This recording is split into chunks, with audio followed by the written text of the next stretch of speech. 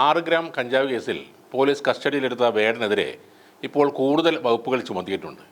ലഹരി ഉപയോഗം, ഗൂഢാലോചന എന്നീ വകുപ്പുകളാണ് ചുമത്തിയത്. ഈ കേസിൽ 2ാം പ്രതിയാണ് വേടൻ. കഞ്ചാവ് ഉപയോഗത്തിനിടയിലാണ് വേടനടക്കം 9 പേർ പിടിയിലായതെന്ന് എഫ്ഐആറിൽ പരാമർശിക്കുന്നു. കഞ്ചാവ് കൈവശം വെച്ചത് വിൽപ്പനയ്ക്കാണെന്നും എഫ്ഐആറിൽ സൂചനകളുണ്ട്. എന്നാൽ പുലിപ്പല്ല് കേസിൽ വനം വകുപ്പിൻ്റെ അറസ്റ്റിലായ വേടനെ ഇന്ന് പെരുമ്പാവൂർ കോടതിയിൽ ഹാജരാക്കും.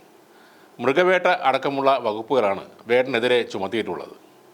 പുലിപ്പല്ല് തനിക്ക് തന്നത് മലേഷ്യൻ പൗരത്വമുള്ള തമിഴ് വംശജനായ രഞ്ജിത്ത് കുമ്പിടിയാണെന്ന് വേടൻ മൊഴി നൽകിയിട്ടുണ്ട്. കഴിഞ്ഞ വർഷം ചെന്നൈയിൽ വെച്ചാണ് രഞ്ജിത്ത് പുലിപ്പല്ല് വേടന് സമ്മാനിക്കുന്നത്. എന്നാൽ അറിഞ്ഞോ അറിയാതെയോ പുലിപ്പല്ല് അടക്കമുള്ളവ കൈവശം വെക്കുന്നതും കൈമാറ്റം ചെയ്യുന്നതും നിയമവിരുദ്ധമാണെന്ന് വനം വകുപ്പ് പറയുന്നു. കഞ്ചാവ് കേസിൽ ജാമ്യം ലഭിച്ചതിന് പിന്നാലെയാണ് വനം വകുപ്പ് വേടനെ അറസ്റ്റ് ചെയ്തത്. വേടനെതിരെ ആയുധ നിയമം ചുമത്തിയിട്ടില്ലെന്ന് പോലീസ് പറഞ്ഞിരുന്നു. വേടൻ്റെ ഫ്ളാറ്റിൽ നിന്നും കണ്ടെടുത്ത ആയുധം എന്ന് പറയുന്ന ഐറ്റം ഓൺലൈനിൽ വാങ്ങിയതാണെന്നും കണ്ടെത്തിയിട്ടുണ്ട്. ചെറിയ അളവിൽ കഞ്ചാവ് കൈവശം വെക്കുന്നത് നിയമത്തിൽ മഹാ അപരാധമൊന്നുമല്ല. അതുകൊണ്ട് തന്നെ ജാമ്യത്തിൽ പുറത്തിറങ്ങാൻ കഴിയുന്ന കുറ്റമാണത്. പിന്നെ കണ്ടെടുത്ത 9 ലക്ഷം രൂപയുടെ പേരിലും കേസുണ്ടാകാൻ വഴിയില്ല. കാരണം വേടൻ്റെ ഒരു പരിപാടിക്ക് ലക്ഷങ്ങൾ കൊടുക്കണം. അയാൾ പ്രോഗ്രാം അവതരിപ്പിക്കുന്നു, അതിന് കാശ് വാങ്ങുന്നു. അത് ഇഷ്ടമായതുകൊണ്ട് കാണാൻ ആളുകളുമുണ്ട്. അതുകൊണ്ട് അയാൾ ചോദിക്കുന്ന കാശും ലഭിക്കുന്നുണ്ട്. സത്യത്തിൽ വേടൻ്റെ പാട്ടിലൂടെ അയാൾ പറയുന്ന രാഷ്ട്രീയത്തോട്, അത് യുവതലമുറയെ സ്വാധീനിക്കുന്നതിനോട് ഇവിടുത്തെ ഒരു വിഭാഗം മാധ്യമങ്ങൾക്കും ചില പോലീസുകാർക്കും നല്ല രീതിയിൽ തന്നെ അസഹിഷ്ണുതയും ദേഷ്യവും ഉണ്ടായിട്ടുണ്ട്. പല ചാനലുകളിലും വരുന്ന ഹെഡ്ലൈൻ സൂചിപ്പിക്കുന്നതും അതുതന്നെയാണ്. അയാളിലെ കലാകാരനെ എന്നേക്കുമായി ക്യാൻസൽ ചെയ്യുകയാണ് ഒരു കൂട്ടം ആളുകൾ. കഞ്ചാവ് ഉപയോഗിക്കുന്നത് നിയമപരമായ ഒരു കാര്യമല്ല. എന്നാൽ ഈ പറഞ്ഞ മീഡിയയിലും പോലീസിലും സർക്കാർ സർവീസിലും ഇത് ഉപയോഗിക്കുന്നവർ ഉണ്ടാകില്ലേ? റെയ്ഡുകൾ എല്ലായിടത്തും നടന്നാൽ ഒരുപാട് ആളുകൾ സ്റ്റേഷനിൽ നിന്നും ജാമ്യം എടുക്കേണ്ടി വന്നേക്കും. വേടൻ കാട്ടിൽ പോയി പുലിയെ വേട്ടയാടി പല്ലെടുത്ത് കഴുത്തിലിട്ട പോലെയാണ് ചില വാർത്തകൾ ഇപ്പോൾ വരുന്നത്. 1972 വന്യജീവി സംരക്ഷണ നിയമപ്രകാരം കടുവയുടെ പല്ല് അലങ്കാരമായി കൈവശം വെക്കുന്നത് നിരോധിച്ചിട്ടുണ്ട്. വന്യമൃഗങ്ങളുടെ പല്ല് സർക്കാരിൻ്റെ സ്വത്താണെന്നാണ് ആ വകുപ്പ് പറയുന്നത്.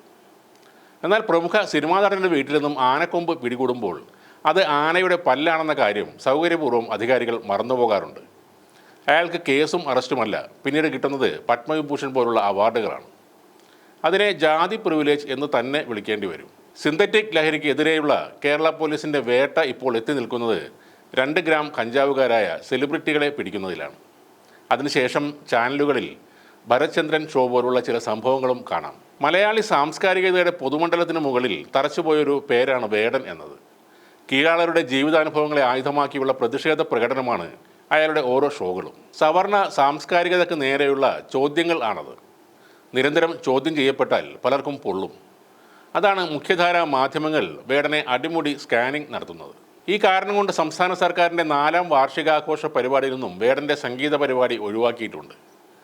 ലഹരി ഉപയോഗിച്ച് വാഹനമോടിച്ച് ആളെ കൊന്നവൻ വീണ്ടും ഉയർന്ന പോസ്റ്റിലേക്ക് എത്തുമ്പോൾ, ആനക്കൊമ്പ് കയ്യിൽ വെച്ചവർക്ക് അവാർഡ് കിട്ടുമ്പോൾ വേടൻ്റെ കയ്യിൽ വിലങ്ങാണ് അണിയിക്കുന്നത്. ഈ അവസരം മുതലെടുത്ത് വേടനെ ഇല്ലാതാക്കാനുള്ള ശ്രമവും ഇതോടൊപ്പം നടക്കുന്നുണ്ട്. അയാളുടെ പാട്ടിനെ ഇഷ്ടപ്പെടുന്ന ഒരുപാട് ആളുകൾ ഇവിടെയുണ്ട്. വേടൻ്റെ വ്യക്തിപരമായ കാര്യങ്ങൾ അയാളുടെ മാത്രം ഉത്തരവാദിത്തമാണ്. അതിന് നിയമം അനുശാസിക്കുന്ന ശിക്ഷ അയാൾക്ക് കിട്ടുകയും വേണം. മനുഷ്യനെ തെറ്റുപറ്റുകയും അത് തിരുത്തുകയും ചെയ്യും. ഇതൊന്നും ഒരാളെ എന്നേക്കുമായി ക്യാൻസൽ ചെയ്ത് കളയാൻ ഒരു കാരണവുമല്ല. കഞ്ചാവ് കൈവശം വച്ചതിൽ ആരും വേടൻ്റെ കൂടെ നിൽക്കേണ്ട കാര്യമില്ല. പക്ഷേ ഒരു അസാധ്യ കലാകാരൻ എന്ന നിലയിൽ, പൊള്ളുന്ന സത്യങ്ങൾ വിളിച്ചു പറയുന്ന കലാകാരൻ എന്ന നിലയിൽ വേടൻ്റെ ഒപ്പം തന്നെ നിൽക്കണം.